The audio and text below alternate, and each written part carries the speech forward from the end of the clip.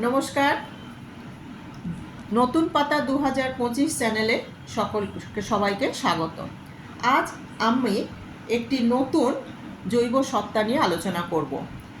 তোমরা ভাইরাস এর কথা শুনেছ, আমিও আলোচনা করেছি আমার পূর্ববর্তী ভিডিওতে। আজকে আমরা একটা নতুন জিনিস নিয়ে জানব, সেটা হচ্ছে ভাইরয়েড। ভাইরয়েডের কথা কি তোমরা কখনো শুনেছ? যদি শুনে থাকো আমাকে জানিও কমেন্ট করে। পটেটো স্পিন্ডল টিউবার নামে একটি মারাত্মক রোগে আলু গাছের ভয়ঙ্কর ক্ষতি হচ্ছিল। বিজ্ঞানীরা কারণ অনুসন্ধান করতে গিয়ে দেখলেন যে এই রোগে আক্রান্ত আলু গাছগুলোর বেটে বেটে হয়ে যাচ্ছে এবং উৎপন্ন আলুগুলোর দু প্রান্ত ছুঁচলো হয়ে যাচ্ছে, মাকুর মতো হয়ে যাচ্ছে। তাই এর নাম দেওয়া হয়েছিল পটেটো স্পিন্ডল টিউবার। বিজ্ঞানী টি.ডি.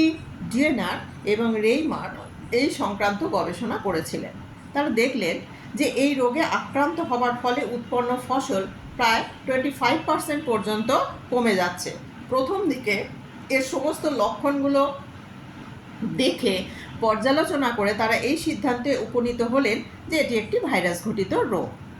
তারা তারপর দীর্ঘকাল এই বিষয়ে গবেষণা চালান এবং 1967 সালে তারা এর সমস্ত কিছু অনুসন্ধান করে গবেষণা করে এই সিদ্ধান্তে উপনীত হলেন যে না, এটি ভাইরাস ঘটিত রোগ নয়। তাহলে এটি কি? তারা বললেন যে ভাইরাসের দেহে আমরা জানি যে কোনো এক প্রকারের নিউক্লিক অ্যাসিড থাকে, সেটা হয় ডিএনএ বা ডিঅক্সিরাইবো নিউক্লিক অ্যাসিড অথবা আরএনএ বা রাইবো নিউক্লিক অ্যাসিড। এবং ভাইরাসের এই নিউক্লিক অ্যাসিডের বাইরে একটি প্রোটিন আবরণ থাকে, যেটাকে আমরা ক্যাপসিড নামে অভিহিত করে থাকি। কিন্তু এই যে স্পিন্ডল পটেটো টিউবারের ক্ষেত্রে তারা দেখলেন যে এটি আরএনএ দিয়ে তৈরি এবং এর বাইরে কোনো প্রোটিন আবরণ নেই। তখন ডিএনআর এই সিদ্ধান্তে উপনীত হলেন যে না, এটি কিন্তু ভাইরাস নয়, এটি একটি আলাদা জৈবিক সত্তা। এবং 1971 সালে তিনি এই ডিএনআর এই জৈব সত্তার নাম দিলেন ভাইরয়েড। আনুমানিক এখনো পর্যন্ত 20টি ভাইরয়েডের সন্ধান পাওয়া গেছে, যারা উদ্ভিদে নানা রকম রোগ সৃষ্টির জন্য দায়ী।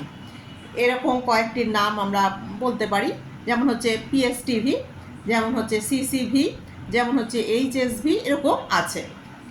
তো এরা মূলত লেবু, অ্যাভোক্যাডো, আলু, তারপর হচ্ছে টমেটো, এই সমস্ত গাছগুলোকে রোগাক্রান্ত করতে পারে। এই ভাইরয়েড ঘটিত রোগ ছড়ায় কিভাবে? উত্তর হলো, ভাইরয়েড ঘটিত রোগ কিন্তু ভীষণ সংক্রামক। গাছের পরিচর্যা করার সময়, চাষবাস করার সময় বা গাছ কাটার সময় রোগাক্রান্ত গাছে আঘাত লাগলে যে রস বেরোয়, সেই রসের সংস্পর্শে সুস্থ গাছ আসলে তারাও কিন্তু রোগের দ্বারা আক্রান্ত হয় এবং রোগের বিস্তার ঘটে। এছাড়া যদি রোগাক্রান্ত গাছের টুকরো, কন্দ, বীজ এগুলো দিয়ে চাষ করা হয়, তাহলেও কিন্তু রোগাক্রান্ত গাছের জন্ম হবে। ইলেকট্রন মাইক্রোস্কোপ ছাড়া কিন্তু ভাইরয়েডকে দেখা যায় না। খুব সূক্ষ্ম, কারণ শুধুমাত্র আরএনএ আছে, ঠিক আছে, কোনো আবরণ টাবরণ কিছু নেই। এবং ভাইরাসের যে আকৃতি হয় তার থেকেও এ আরও ছোট। ভাইরাস যদিও নিউক্লিক অ্যাসিড দিয়ে গঠিত, কিন্তু এখানে কোনো উৎসেচক দেখতে পাওয়া যায় না। তাহলে এখন প্রশ্ন হলো যে তাহলে এরা বংশবিস্তার করে কিভাবে? রোগ সংক্রমণ ঘটায় কিভাবে?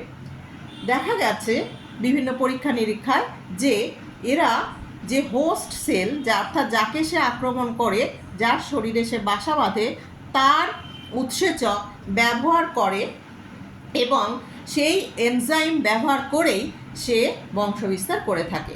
এবং আরএনএ পলিমারেজ 2 নামক উৎসেচকটি তারা এই প্রতিলিপি গঠনের জন্য ব্যবহার করে থাকে।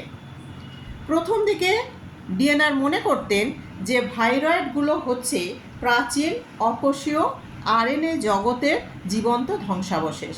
যেগুলো এখনও পৃথিবীতে রয়ে গেছে। একদম পৃথিবীর প্রাচীন অবস্থা, মানে যখনও পর্যন্ত জৈব সত্তার আবির্ভাব হয়নি সেই সময় তো পৃথিবীতে শুধুমাত্র একটা ঝোল সমুদ্র ছিল বলা যেতে পারে, হট ডাইলুটেড স্যুপ, যার তাপমাত্রা প্রচুর ছিল এবং সেখানে প্রচুর অর্গানিক এবং ইনঅর্গানিক সাবস্টেন্স ছিল, এবং সেখানে সব সময়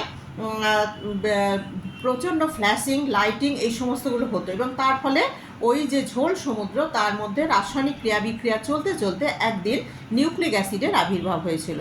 এই যে নিউক্লিক অ্যাসিড আবির্ভাব হলো তখন থেকেই কিন্তু জীবনের সূত্রপাত হলো।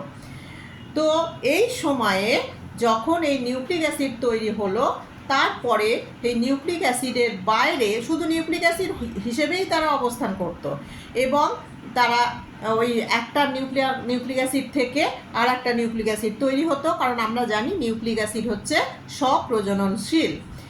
এরপর আস্তে আস্তে জৈব অভিব্যক্তির ধারা অনুসরণ করে আস্তে আস্তে তাদের বাইরে প্রোটিন আবরণ তৈরি হলো, যেটাকে কোয়াসার্ভেট বলা হয়, মাইক্রোস্ফিয়ার বলেও কেউ কেউ অভিহিত করে থাকেন। তো ডিএনএ মনে করেছিলেন যে এই ভাইরাসগুলো হচ্ছিল সেই প্রাচীন অকোষীয় আরএনএ জগতের জীবন্ত ধ্বংসাবশেষ, যেগুলো পৃথিবীতে এখনও রয়ে গেছে। কিন্তু পরবর্তীকালে রেট্রোজাইম আবিষ্কারের ফলে দেখা গেছে যে এই ভাইরয়েড সদৃশ উপাদানগুলো রেট্রো ট্রান্সপোজন থেকে উৎপন্ন হয়েছে। তাহলে এই রেট্রো ট্রান্সপোজন কি, এটা সম্পর্কে আমি একটু অল্প করে একটু ধারণা দিয়ে দিচ্ছি। এগুলো দেখা গেছে যে এমন কিছু চলমান বস্তু যেটা হোস্ট, মানে যাকে সে আক্রমণ করে, যার শরীরে সে বসবাস করে, তার জিনোমের মধ্যে প্রবেশ করতে পারে। জাম্পিং জিনও বলা হয়ে থাকে তাকে। সেই জিনোমের মধ্যে প্রবেশ করে হোস্ট কোষের আরএনএকে ডিএনএতে রূপান্তরিত করতে পারে রিভার্স ট্রান্সক্রিপশন পদ্ধতির মাধ্যমে, যদিও এই রেট্রো ট্রান্সপোজনসরা ইউক্যারিওটিক কোষের মধ্যেই কিন্তু অবস্থান করে। যেমন রেট্রো ভাইরাসরা যেরকম আচরণ করে সেই রকম আচরণ করে HIV ভাইরাসের মতো। যাই হোক, আমি এটা একটুখানি ধারণা দেওয়ার জন্য বললাম। এখনও পর্যন্ত এদেরকে কিন্তু উদ্ভিদ কোষেই রোগ বিস্তার করতে দেখা গেছে, কিন্তু ভবিষ্যতে যে কখনো মানব শরীরে এরা রোগ বিস্তার করবে না এমন বলা যায় না, বা আমরা হয়তো জানি না এখনও পর্যন্ত তাদের সম্পর্কে সেভাবে। তবে হেপাটাইটিস ডি নামে একটি মানবদেহের রোগ আছে যেটি ভাইরয়েড দ্বারা ঘটে থাকে বলে জানা গেছে। এই হেপাটাইটিস ডি যে ভাইরয়েডটি, সেটি হেপাটাইটিস বি ভাইরাসের ক্যাপসিডের মধ্যে বাস করে, এবং সে কী করে, এই হেপাটাইটিস ডি সংক্রমণের ফলে যকৃতের কোষগুলো নষ্ট হয়ে গিয়ে সিরোসিস পর্যন্ত হতে পারে। তো এই হলো আজকে আমাদের ভাইরয়েড সম্পর্কে কিছু তথ্য আলোচনা। তাই বলতে চাই যে এই যে বিশাল পৃথিবীর কত কিছুই আমরা জানি না, যা জানি তা খুব সামান্য। আমি এইভাবেই কিছু নতুন তথ্য খুব সহজভাবে দেওয়ার চেষ্টা করব। আশা করি আপনারা ভালো থাকবেন এবং আমার সঙ্গে আমার এই চ্যানেলটি এগিয়ে নিয়ে যেতে সাহায্য করবেন। নমস্কার।